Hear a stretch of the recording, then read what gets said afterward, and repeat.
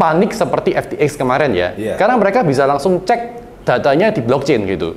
Wallet Binance gimana gitu. Oh, reserve-nya yang jatuh ini kan FTX gitu. Tapi selain FTX itu ada 16 institusi yang jatuh gitu. Lebih dari 16 gitu.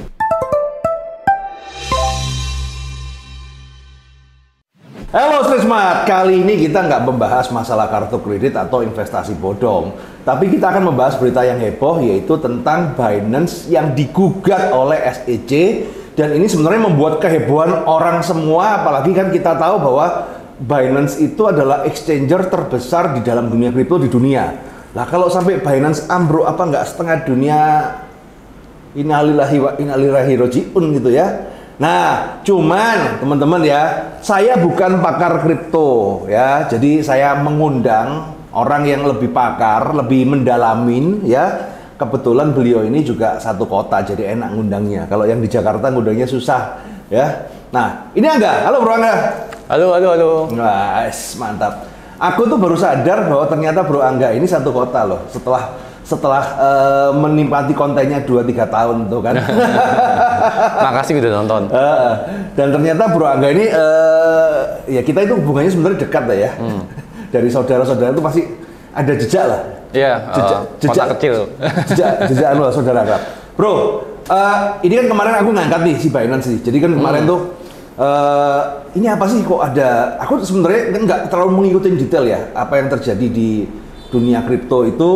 Ya selama ini kita bergerak sideways paham, tapi ketika kemudian aku lihat timeline kok lagi heboh ini kan Binance ini. Nah, Binance itu kan sedang digugat sama SEC ya. Nah, itu sebenarnya kalau dari point of view itu sebenarnya apa yang terjadi sih? Kalau dari pandanganku sih, oh ya, tapi ini disclaimer dulu ya. Iya. Disclaimer dulu, aku di sini bukan mewakili Binance, nggak dibayar sama Binance juga. Di sini aku cuma melihat sebagai kacamata komunitas kripto gitu. Ya, jadi kan mungkin teman-teman ya, beda pandangan tuh nggak apa-apa gitu loh teman-teman ya. Ada yang pro, ada yang kontra. Kemarin aku sama konsultan BTC, dia agak reviewnya agak negatif, ada kecondrong itu. Ya nggak masalah. Makanya kan kalau ada yang pro ya silakan. Nggak usah dipaksain gitu ya kan. Yap. Semua punya pendapat masing-masing itu intinya. Itu sih, cuman saya mewakili komunitas kripto yang memang udah ngikutin tentang berita-berita kripto ini, dan kalau ada case sekarang Binance digugat sama SEC itu nggak kaget sih sebenarnya. Nggak kaget. Berarti sudah diprediksi itu ya? Udah diprediksi, dan bahkan kalau nggak salah di bulan Maret kemarin itu udah digugat duluan, tapi nggak sama SEC tapi sama CTFC. Gitu. CTFC itu semacam Bapepti-nya kalau di Indonesia kayak gitu sih. Nah, sekarang kita berbicara dari kacamata orang awam aja ya. Karena kan followerku ini gini, ada 3 segmen.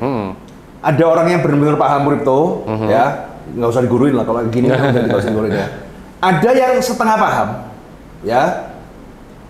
Ada yang nggak paham. Nah, kemarin itu kan mungkin brandingku itu terlalu kuat gitu loh. Begitu aku bahas sesuatu dikira scam. Langsung semua, wah kripto scam ya kan, cepat keluar.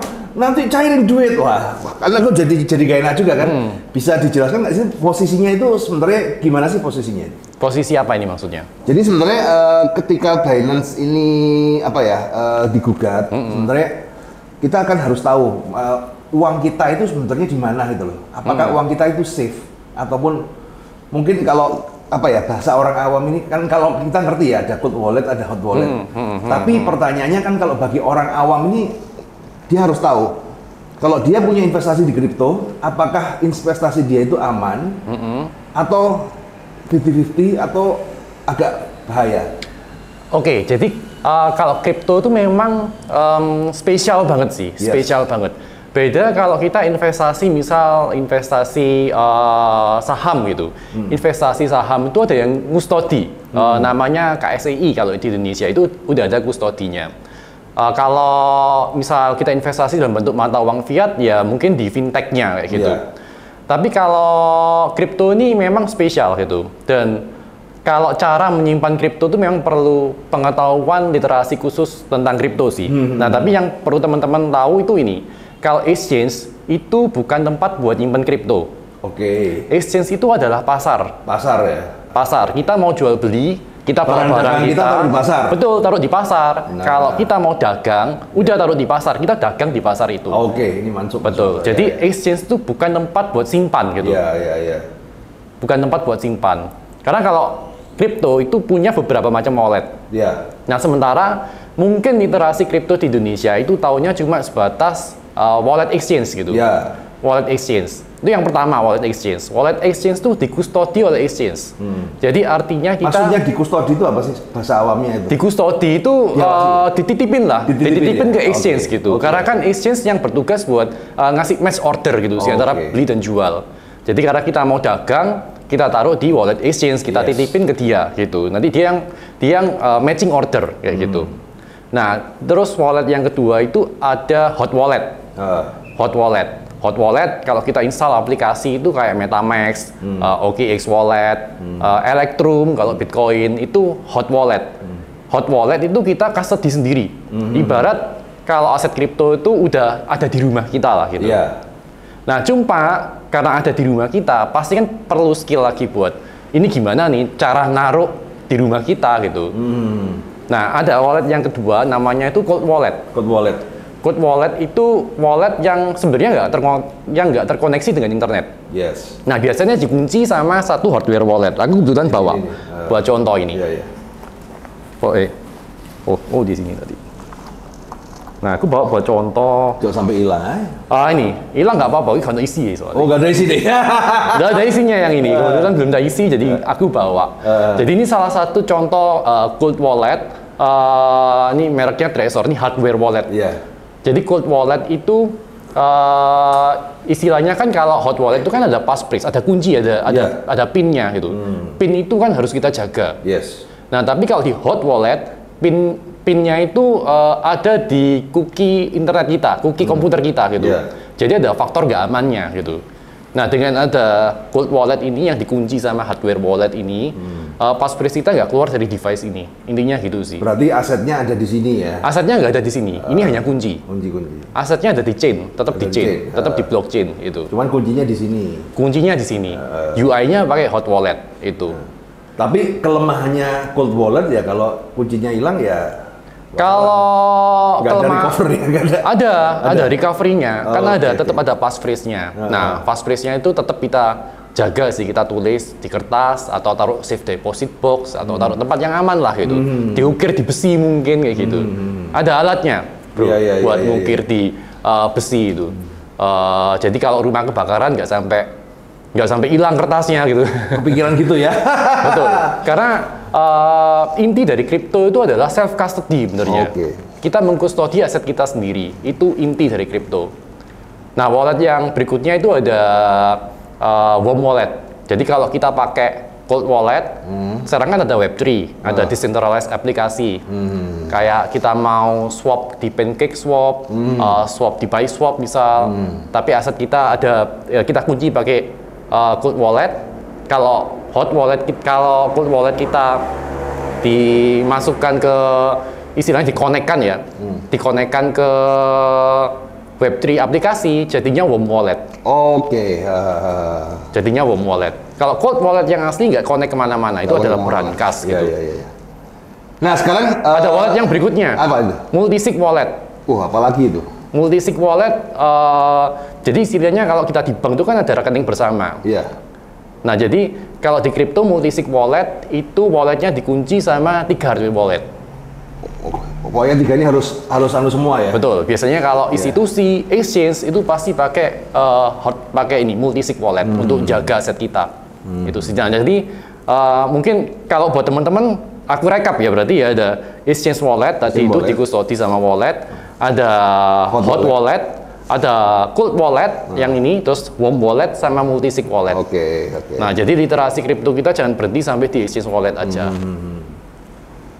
Yang membedakan antara exchange wallet sama hot wallet itu apa? Aku tahunya itu sama loh. Kalau exchange wallet kita itu dikustodi sama exchange itu. Tapi kalau hot kuncinya, passphrase-nya yang pegang exchange, bukan kita gitu. Nah, kalau hot wallet itu passphrase-nya yang pegang kita sendiri gitu. Oke. Bedanya itu. Nah, sekarang kita nyambung ke tadi yang kasus Binance ini.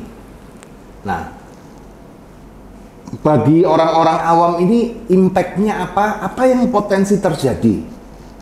Potensi terjadi sih kalau buat orang awam lihatnya ya pasti mungkin wow banget, kaget banget. Tapi kalau buat komunitas kripto yang memang udah lama ngikutin berita ini sih kita nggak kaget sih, nggak kaget. Dan kalau kayak yang terjadi di tahun lalu ada FTX, ada Luna dan lain-lain, menurut saya sih kalau menurut saya sih itu adalah sesuatu yang sehat sih gitu. Sesuatu yang sehat artinya industri ini ada perbaikan gitu. Contoh kalau FTX yang kapan hari sampai bangkrut, ada perbaikan yaitu adalah proof of reserve gitu. Nah, jadi sekarang kita bisa lihat reserve-nya exchange gitu. Kalau dulu kan abu-abu gitu, kita nggak tahu nih exchange kita ini benar-benar pegang aset kita nggak gitu. Berapa reserve-nya gitu. Itu kan nggak dibuka dulu. Jadi ini menarik nih ya. Jadi berdasarkan ini teman-teman ya, kalau dari kacamata saya nggak tahu ya, kalau salah tolong diralat ya. Jadi misalnya nih, aku beli 1 BTC di Binance, berarti aku masuk itu uangnya masuk di exchange wallet ya. Betul. Aku beli exchange spread. Nah, pertanyaannya, apakah di Binance juga ada satu exchange ini? Kan sebenarnya tanda tanya tuh. Satu Bitcoin ini Satu kan. Bitcoin ini. Ada proof of reserve. Nah, proof of reserve namanya. Dia punya cadangan itu toh. Betul. Tapi kan ketika misalnya kan yang apakah misalnya contoh ya, ada 1000 Bitcoin nih total ya. Kita ngomong total 1000 Bitcoin yang dibeli. Pertanyaannya apakah Binance juga mempunyai 1000? Ada di chain. Jadi itulah indahnya blockchain ya. Semuanya transparan.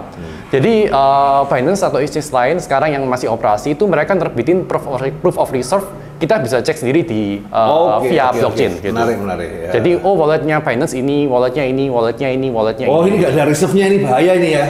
Jadi kan kita bisa tahu. Contoh kemarin kenapa komunitas itu nggak sampai yang panik seperti FTX kemarin ya. Karena mereka bisa langsung cek datanya di blockchain gitu.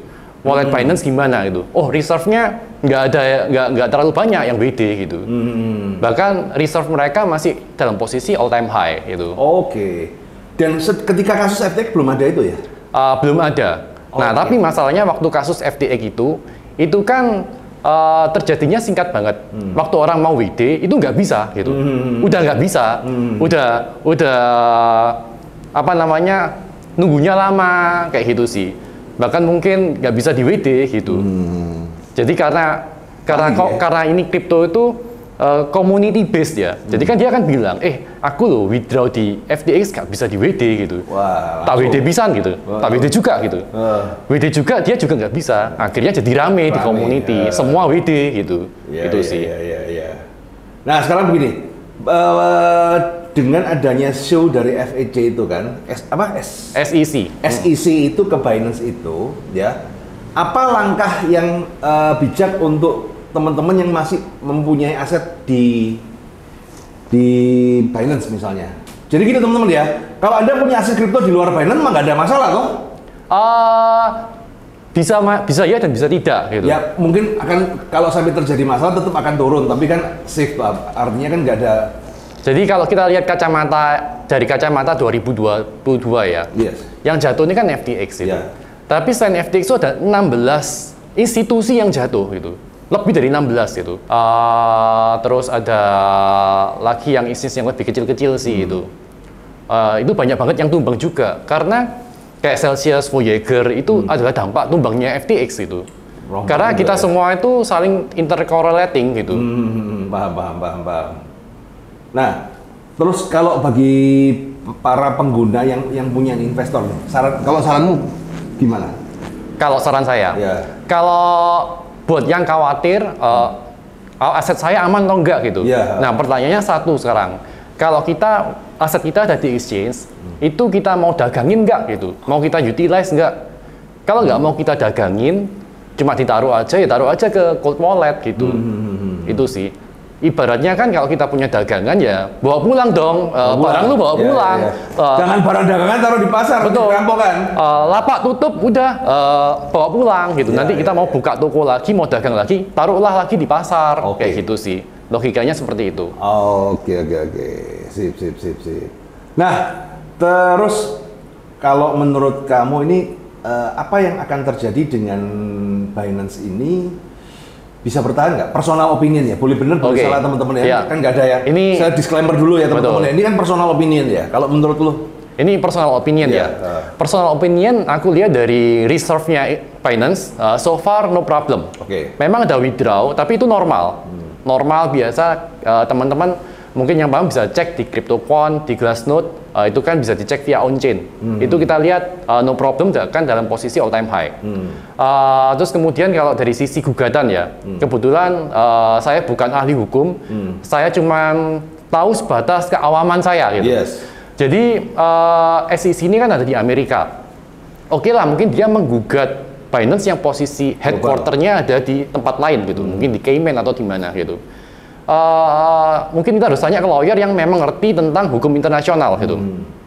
Karena setahu saya kalau menurut hukum Indonesia aja, kalau misalkan mau gugat orang gitu, kita kan gugatannya harus di tempat di mana orang itu berdomisili gitu.